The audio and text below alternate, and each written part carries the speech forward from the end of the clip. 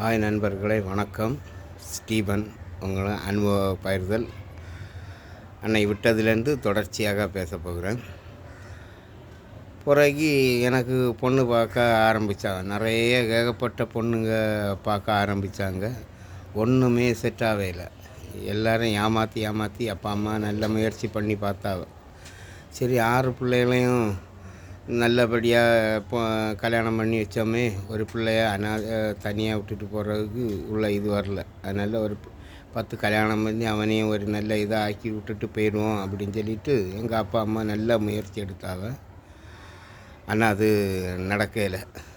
என்னவோ எனக்கு கெட்ட நேரம், ஒரு பொண்ணும் அமையலை. அந்த டைம் என்ன ஆச்சுன்னு சொன்னால், எங்கள் அப்பாவுக்கு உடம்பு சரியில்லாமல் ஆஸ்பத்திரியில் அட்மிட். வீசிங் போல் வந்துட்டு, இழுப்பு. அந்த சமயம் அப்பா முதல்ல ஆஸ்பத்திரிலேருந்து வந்து பின்ன கொஞ்ச நாள் இருந்தார். பின்ன ஆஸ்பத்திரியில் நான் இங்கே தான் இருந்தேன், கார்மலில். உடம்பு சரியில்லாமல் திடீர்னு எங்கள் அப்பா இறந்துட்டு. அப்போ எனக்கு ஃபோன் வரல. ஃபாதருக்கு ஃபோன் பண்ணி ஃபாதரு வேற ஒரு ஆளை என்னை கூட விட்டு சொல்லலை. அது வரைக்கும் வீட்டில் அவனை கூடவே இரு, ஏன்னா குடிக்கு உள்ள இதுக்கள் வரும், அதனால் கூடவே இரு அப்படின்னு. அந்த டைமு என் கூடவே அந்த ஆளும் இருந்துகிட்டு இருந்தார். நான் அப்படி வீட்டுக்கிட்ட போகும்போது என்னடா ஆள் கூட்டமாக இருக்குன்னு எங்கள் அப்பா இறந்து ஐஸ் பெட்டியில் வச்சுட்டு அப்படியே அந்தம் விட்டு பார்த்துட்டு இருந்தேன். என்னடா யாருமே இல்லை, அப்பா அம்மாயா இருக்குல்ல அப்படின்னு நினச்சிட்டு அப்படியே இருந்தேன். பையன் பெய்யாச்சு அப்படின்னு நினச்சிட்டு அப்படியே கீழே குழி வெட்டுக்கு எல்லாம் ஜென்ரேட்டர் எல்லாம் போட்டு எடுத்து குழி வெட்டுக்கு ஆரம்பித்தாங்க. நானும் அப்படியே சுற்றிட்டு இருந்தேன். ஒன்றும் ஓடையில் என்னடா செய்யுது, இப்படி போயிட்டுலான்னு சொல்லிட்டு எனக்கு கூட வந்தாலும் சுற்றி அப்படியே வந்துட்டேன். ஒரு ஃப்ரெண்டில் அப்படியே இருந்துட்டுருந்தேன். சரி, வீட்டுக்குள்ளே போயிட்டு வரேன் அப்படின்னு சொல்லிட்டு அவர்கிட்ட சொல்லிட்டு வீட்டுக்குள்ளே போய், எங்கள் வீட்டுக்கு வாசல் அங்கங்கேயா இருக்கும், பெரிய வீடாக. நான் அப்படி சுற்றி பின்னாடியோட போய் பிராண்டி கடையில் போய் ஒரு குவார்ட்டர் அடிப்போன்னு சொல்லிட்டு நானும் அப்படியே போயிட்டேன். பிராண்டி கடைக்கிட்ட அப்படி உள்ளே யார் அப்படி பிராண்டி வாங்கும்போது அப்படி டக்குன்னு ஒரு எண்ணம், அப்படி டக்குன்னு மனசில் யாரோ வந்து அடித்து சொன்ன போலேன்னு.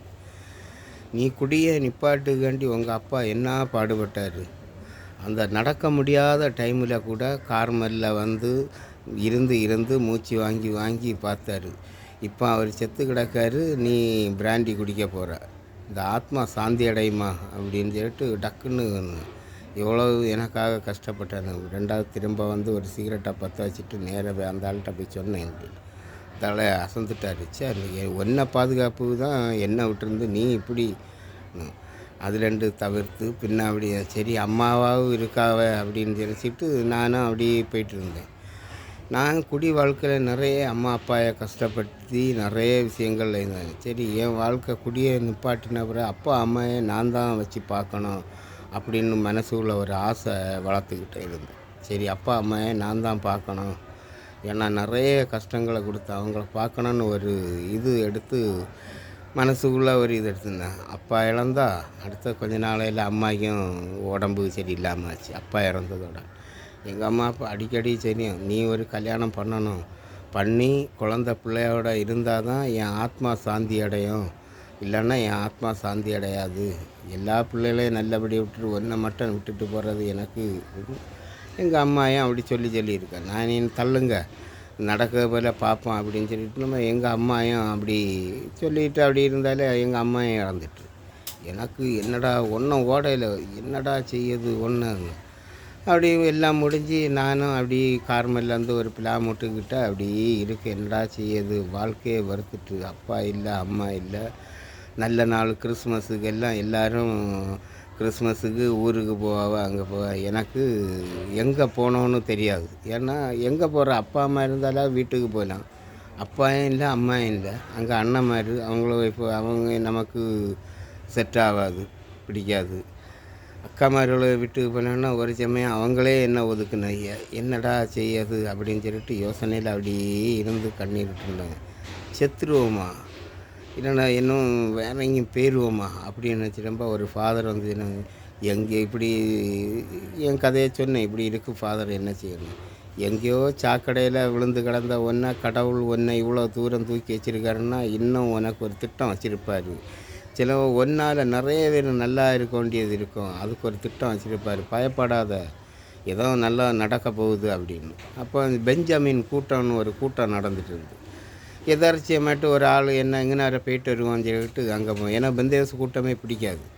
டக்குன்னு அந்த கூட்டத்தில் அதில் போய் இருக்க சமயம் அந்த பைபிள் வசனமும் அந்த பாட்டம் என்ன ஏதோ ஒரு திசையை திருப்பிச்சு. ரொம்ப அந்த அந்த பைபிள் வசனம் அந்த பிரசங்கம் என்ன வச்சு சொன்னது போலே இருந்து.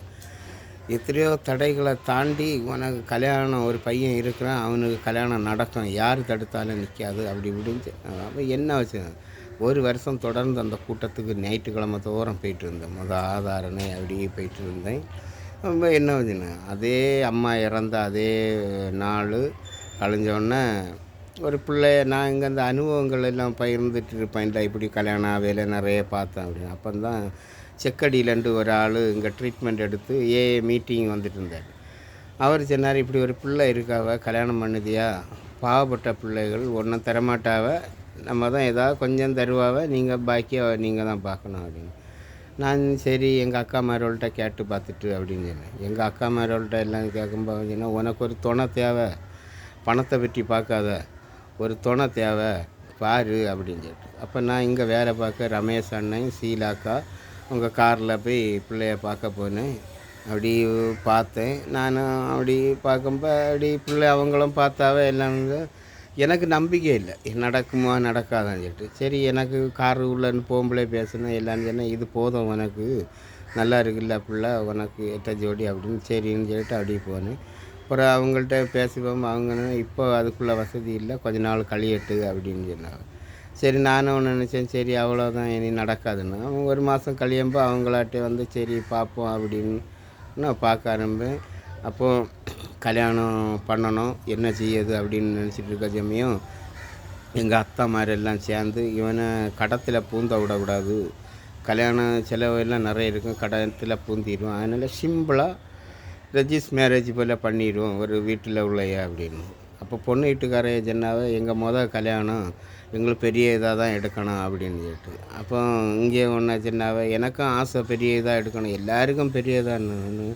சரி அப்போ ஒரு 100 கார்டு போல் அடித்தான். வீட்டு பக்கத்தில் உள்ள மட்டம் கொடுத்துக்கிட்டு சிம்பிளாக அப்படி எடுப்போம் அப்படின்னு. கொட்டுக்கிட்டு ஒன்றும் தேவையில்லை அப்படின்னு நான் அப்படியே மனசுக்குள்ளே நினச்சிருந்தேன். பிறகு கார்மல் ஸ்கூலு உள்ளாடியே 95 வாத்தியார் உண்டு.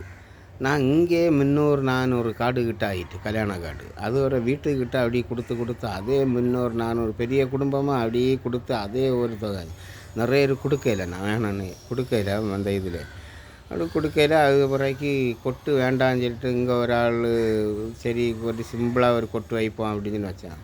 வீடியோ எடுக்கணுமா அப்படின்னு. அப்போ இங்கே ட்ரீட்மெண்ட்டு வந்த ஒரு ஆள் சொன்னால் நான் வீடியோ நான் எடுக்கேன் அப்படின்னு சொல்லிச்சு. கார் மாப்பிள்ளை கார் ஃபாதர் கார் இப்படி சின்ன பெரிய லெவலுக்கு வச்சு கல்யாணம் எல்லாச்சு. அதுக்கு முன்னாடி எனக்கு அங்கே வீட்டில் இடமும் இல்லை, என்ன செய்யுது அப்படின்னு முதல்ல எங்கள் ரமேஷ் அண்ணனை தான் நான் வழிகாட்டியாக எடுத்துருந்தேன். அவர்கிட்ட ஆகிடுதேன். அவர் ஒன்றாச்சுன்னா ஒரு வீடை முதல்ல வாடகை எடு, கேஸ் எல்லாம் ரெடி பண்ணு, ஒரு வீட்டுக்கு என்ன தேவையோ எல்லாம் ரெடி பண்ணி எடுத்து வைக்கணும். அதுக்கு முன்னாடி டிவி அது இதெல்லாம் வச்சு ரெடி பண்ணி நான் வச்சுட்டேன். அது முறை கல்யாணம் அது ஒன்று சில விஷயங்கள் அப்பா அம்மா இருந்தால் சொல்லலாம், மற்றவர்கள்ட்ட தயக்கமாக இருந்து எப்படி கேட்குறது அப்படின்னு இருந்தும் மனசுக்குள்ள பாரத்தை கடவுள்கிட்ட ஒப்படைச்சிட்டு அப்படி நடந்து கல்யாணம் எப்படியோ நடந்து முடிஞ்சு. மறுநாள் பயம், என்ன நடக்குது எனக்கு ஒன்றும் தெரியலை, குடும்பம் எப்படி நடத்தணும் அப்படி இப்படின்னு ஒன்றும் தெரியலை. அப்படி இருக்கப்ப இவன் நம்மளை கவனிச்சிடுவாளோ, வேறு எதாவது நடந்துருமோ அப்படின்னு நினச்சேன். அப்படி போக அதான் மனைவி அமைவதெல்லாம் இறைவன் கொடுத்த வரம்னு சொன்னவில் எனக்கு ஒரு வரம், கடவுள் கொடுத்த ஒரு கொடை போல். ஒரு பெத்த தாய் ஒரு பிள்ளை எப்படி கவனிப்பாளோ அதே போல் என ஒய்ஃபு என்னை கவனிச்சா. அது எனக்கு ஒரு பெரிய சந்தோஷம். நிறைய இருக்குது ஒரு வருஷம் ஆச்சு குழந்தை இல்லை. இனி இந்த இது பூமாலையை குரங்கு கையில் கொடுத்தது போல் இவனுக்கெல்லாம் எங்கே குழந்தை இருக்க போகுது அப்படின்னு. இதே அந்தோணியார் குருசடியில் நான் போய் கேட்டேன், வெள்ளை பொண்ணு வெள்ளம் வேணும்னு சொல்லிட்டு ஊரெல்லாம் அலைஞ்சிட்டு இருந்தேன். பொண்ணு கட்டியாச்சு, பிறக்க குழந்தையா என்ன ஒரு வெள்ளை குழந்தை தானுங்க அப்படின்னு. முதல்ல ஒரு பெண் குழந்தை அப்படி பிறக்க போது இவருக்கு பிரசவ வலியில் கிடந்து இது திடீர்னு வாந்தி எடுப்பேன். கண்டு ஓடுவேன், எலுமிச்சம்பழம் எல்லாம் புழிஞ்சு கொடுத்து பின்ன நேரம் கார்மல்லு வருவேன். ராத்திரி ஒரு 2 மணி போல் ஒரு நாள் பிரசவ வலியில் அப்படி வயத்தை பிடிச்சிட்டு இருந்தேன். ஏன்னா வலி எடுக்குது அப்படின்னு. ஏன்னாட்ட பைக்கு கிடையாது, ஒன்றும் கிடையாது. செட்டிக்குளம் இங்கே ஆட்டோவும் கிடையாது. ஓடுனேன் செட்டிக்குளம் வரைக்கும் ஓடினேன். ராமன் அங்கேருந்து ஒரு ஆட்டோ எடுத்துகிட்டு ஆசாரி புள்ளத்தில் கொண்டு போய் காலையில் 6:45க்கு ஸ்டீவனுக்கு பெண் குழந்தை பிறந்தது அப்படின்னு சொல்லி ரொம்ப சந்தோஷம்னா பொறுப்போக்காது. எனக்கு குழந்தை, ஏன்னா அப்படி கிடந்த நானே நினச்சி பார்க்கல பொண்ணு கட்டுவேனா இன்னைக்கு ஸ்டீவனுக்கு பெண் குழந்தை ரோஜா பூ போல இருந்து ரோஸாட்டு பார்க்கும்போது வெள்ளை குழந்தை அப்படின்னு எனக்கு சந்தோஷம். எல்லாத்தையும் சொன்னேன், எனக்கு குழந்தை பிறந்திருக்குன்னு சந்தோஷத்தில் அப்படி ஒரு மகிழ்ச்சியான ஒரு இது வாழ்க்கையில் இருந்தது. அதான் ஒரு திருப்புமுனை. ஏதோ எங்கேயோ சாக்கடையில் உயிருக்கு போராடிட்டு இருந்த என்னை தூக்கி, வேண்டாத கல் தான் மூளைக்கு தலை கல்லுன்னு கடவுள் என்னை தூக்கி நிறுத்தி இன்றைக்கி ஒரு குழந்தைக்கு அப்பா ஆக்கியாச்சு அப்படின்னு சொல்லி இப்போ ஊருக்கு போகிறேன். அப்படி குடும்பத்தோட ஒய்ஃபு குழந்தையெல்லாம் சேர்ந்து எடுத்துகிட்டு போகிறோம். இந்த கோயில் திருவிழாக்கு சப்பர பவுனி போஜமே ஊரெல்லாம் திரண்டுன்னு பார்க்க தெரியுமா, அதே போல் எல்லாம் பார்த்துருந்தேன். இவனா இப்படி ஒய்ஃபை பாரு, ஒய்ஃபுக்கு கூட குழந்தைய கொண்டு போகிற பாரு, குழந்தைய பாரு எவ்வளோ இவ்வளோன்னு பொத்துப்பட்டி பாரு, இப்படி ஆச்சரியப்படுற அளவுக்கு கடவுள் என்ன வைத்தி வச்சுருந்தார். அவ்வளோ ஒரு சந்தோஷம், குடியேற்ற மகிழ்ச்சியான வாழ்க்கையில். இன்றைக்கும் நான் அலையமண்டபம் ஒத்தைக்கு போனாலே இப்போ வீட்டில் இங்கே ஒரு 1/2 கிலோமீட்டர் தான் போனோம். 1 ஹவர் ஆகும் வீட்டுக்கு உள்ளே போய் போனோன்னு. ஏன்னா எல்லோரும் தம்பி எப்படி இருக்கா அப்படின்னு பேசி ஒரு மந்திரியை தவிர்த்து போஜமே எப்படி இவங்களை பார்த்து போகணுமோ அதே போல் ஒரு இது வாழ்க்கை. எனக்கு குழந்த, அடுத்த உடனே 2வது ஆண் குழந்த, அப்படி அதோட கட்டுப்பாடு பண்ணிட்டேன். அப்படி சின்ன என் ஒய்ஃபு அந்த குழந்தைய ஜட்டி மாற்றணுன்னா எனக்கு ஃபோன் அடிப்பாள், என்ன கலர் ஜட்டி போடணும் அப்படின்னு சொல்லிட்டு ஒவ்வொன்றும் கேட்டு செய்வோம். இன்றைக்கி என்ன செய்யணும், அதாவது இவ்வளோ ரூபா வருமானம், இதுக்கு நம்ம எப்படி திட்டம் போட்டு செய்யணும், இதுக்கு எவ்வளவு வாங்கணும், இப்படி திட்டம் போட்டு ஒவ்வொரு நாள் அடிப்படையில் மதுவை தவிர்த்து கல்யாணமாக ஆச்சு. அப்படியே வாழ்க்கையை அப்படியே உருட்டிகிட்டு போனேன். அப்படி இது வரைக்கும் 2வது குழந்த, சின்ன குழந்த, அது வரைக்கும் ரொம்ப சந்தோஷமாக இருந்து மீண்டும் அடுத்த பட்ஜெட்டில் சந்திப்போம். பாய். கொஞ்சம் சப்போர்ட் பண்ணுங்கள், எல்லோரும் ஹெல்ப் பண்ணி அந்த சப்ஸ்கிரைப் பண்ணி அந்த பெல் பட்டனை அமுக்குங்க. மீண்டும் அடுத்த இதில் சந்திப்போம். பாய்.